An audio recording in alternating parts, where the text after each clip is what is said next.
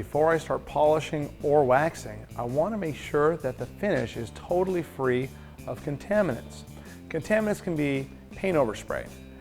Surface contaminations can be industrial fallout. It can be filament from your catalytic converter or your brakes. There are things that make your surface rusty, and you can see the little actual orange specks of the little rust on a white car. On other color cars, they're hard to see, but to find out if your car has any contaminants on the finish, you can feel it. And this feels a tiny bit bumpy, but not bad. To know for sure, use a little plastic bag like this. And once the car's nice and clean, take the bag and you rub it really gently over the finish to feel what's really on that finish. Wow. Now, so there's a good amount of little bumps on this finish, okay? And you're always gonna feel tons up on the nose because removing bug guts 100% when you wash a car is difficult. The clay bar is what you use to remove all those contaminants. Paint overspray, industrial fallout, anything that makes the finish rough. So if you don't know if you need it, baggie test, works every time. How often should you clay? I tell people to clay about as often as you get your oil changed. By then you will have parked next to trees, next to sprinklers, someone painted their house maybe 5, 10, 20 houses away from yours and you got some overspray. It happens, it's just part of life. And claying is a totally harmless way to remove those impurities. I'm going to show you right now how it works. So our clay bar is about 200 grams. So it's not exactly the kind of clay bar that you buy in the auto parts store. Our clay is fine grade. I typically break off a piece about a third of the clay bar. So I break off a third of the bar, I toss the rest back in the jar, and I take this piece of clay, open it up, I flatten it out, and before I go to the paint, especially on a dark colored car, I like to flatten the clay out. And I flatten it out on the glass. Really no way to scratch the glass, especially with a clay bar. So by me taking and flattening this sucker all the way out, I'm going to flatten both sides. Now I know I'm going to have the maximum amount of surface contact with the clay on the finish so that I can be as effective as possible when I'm claying this car. Now, starting to clay, what do you clay? First you clay the glass. Detail spray is your lubricant. So the detail spray is the best lubricant for our clay bar.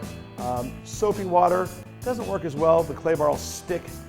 Even our waterless wash doesn't seem to work quite as well.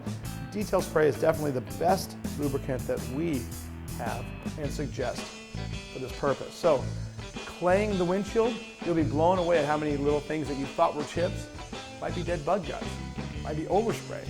Wow, that's what I pulled off just the glass just now. This car's clean. So there's a lot of stuff on the paint, on the glass that you'll be blown away that you can pull off. So here I go. I do an area, I spray an area down with detail spray that I can definitely clay before the lubricant dries. That's how I know. So if the surface is hot, do a small area and clay it quick. Whenever you're claying, one of the most obvious places that you're going to want to clay, the nose of your car. You have dead bug guts on there. You're going to want to do your headlamps and especially the lower part of your front bumper. That's going to be where the most stuff kicks up off of other cars, most bugs die, and you're going to want to remove all those contaminants before you start polishing.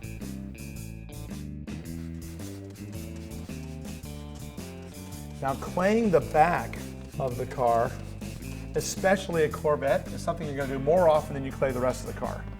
The back of this particular car, and anything with a flat back, consider your SUV, consider a pickup truck with a tailgate, anything like that picks up more contaminants than a normal car without this totally flat dropped off back. So you're going to notice that the back gets rougher faster, and you can see the amount of contaminants you can pull off this back. It's always going to be the roughest part of the car. So flip the clay bar often, flip it, turn it, work it. You're going to want to do the back, this particular back section of your car at least twice as often as you do the rest of the car. Okay, I've clayed enough of the finish now that I have visual contamination on the clay bar. So now what I want to do, as soon as I can see a consistent amount of contaminants in the clay bar, I want to stretch it and fold it, stretch it and fold it, stretch, fold, and what I'm doing is I'm working the contaminants deeper inside the clay bar off the finish so that once again I have a completely flat and clean piece of clay. All the contaminants are inside the bar. I get asked all the time, how long does the clay bar last? Well, this little piece of clay should do between 3 and 5 cars that are in decent to moderate shape. If something's really wasted, let's say you've got a work van that's parked outside day and night and has been for years, you can destroy a piece of clay on a single vehicle. It all depends on the amount of friction. Clay breaks down with friction, and typically people get at least 5 cars out of a little piece of clay. The whole car is clayed now.